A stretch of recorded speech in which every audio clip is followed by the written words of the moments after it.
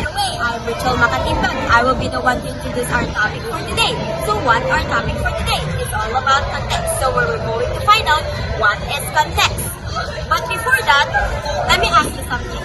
Are you ready to learn? If you're ready to learn, then listen. If you're ready to watch, then watch. And at the same time, ready yourself. Because in this lesson, you will learn a lot. You will learn in this lesson the different types of the context. So are you ready? Then come and join us. So let's define what is context. So context is the part of something written or spoken that are near a certain word or group of words and that help to explain its meaning. So there are 4 types of context. This is writers, reader, text, and social.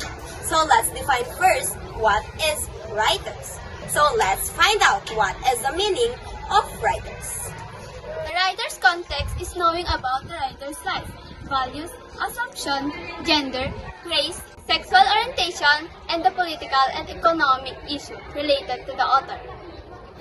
In addition, context in writing is a type of setting and circumstances in which a piece of writing is written. Context plays a huge role in connecting the author and their ideas to the reader. When the reader is given more text about the setting, history, culture, and physical attributes, the plot twist is wrapped in. They begin to better connect with the material. Context is often focused on the writer's background or the background of the reader, who is the writer's intended audience. The author uses personal context when they bring the reader into their experiences. The writer uses their audience context when the story's context revolves around the intended audience. Second, we will define what is reader's context.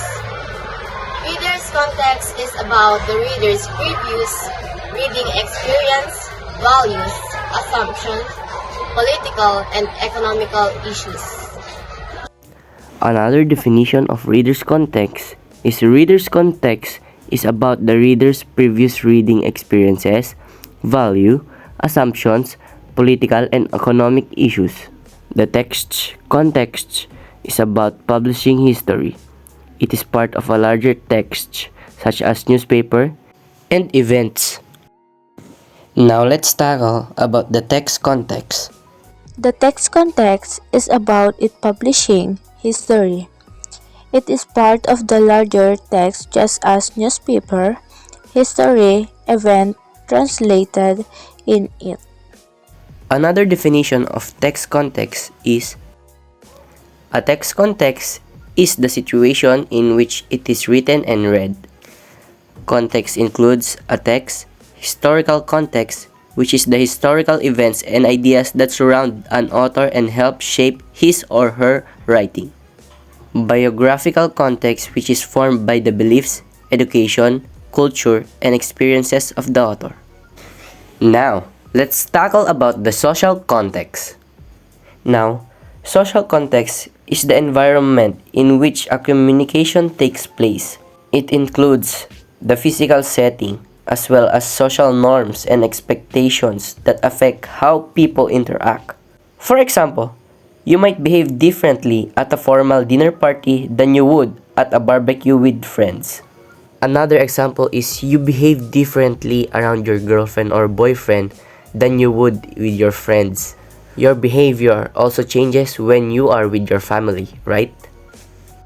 Now, as we get closer to our topic, let's go ahead and dive into the parts of imagery. Now, what is an imagery? Imagery is creating a picture in the reader's mind by using words that appeal to the senses. There are types of imagery that are used in this module: visual imagery, auditory imagery, and kinesthetic imagery. Now, what is a visual imagery? Visual imagery are produced by the use of words that appeal to the sense of sight.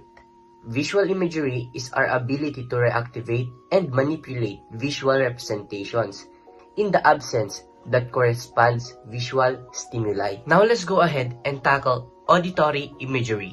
Auditory imagery are produced by the use of words to appeal the sense of hearing. Now, when visual imagery is to appeal the sense of sight, auditory imagery is to appeal the sense of hearing. An example of auditory imagery is the wind howled. This example of personification creates an auditory image of the sound of the wind. We can imagine a gust of wind passing through the objects, creating a howling sound, much like the howl of the wolf. Now you can imagine the sound that is being stated in the statement. Last but not the least, let's tackle into kinesthetic imagery. Now, what is kinesthetic imagery? Kinesthetic imagery are produced by the use of words to appeal the actions and movement. Kinesthetic imagery is a type of imagery that describes the action or movement of a person. Now, are you guys ready to have a quiz? Kung hindi, wala kayong magagawa, mag-quiz pa din tayo. Let's go!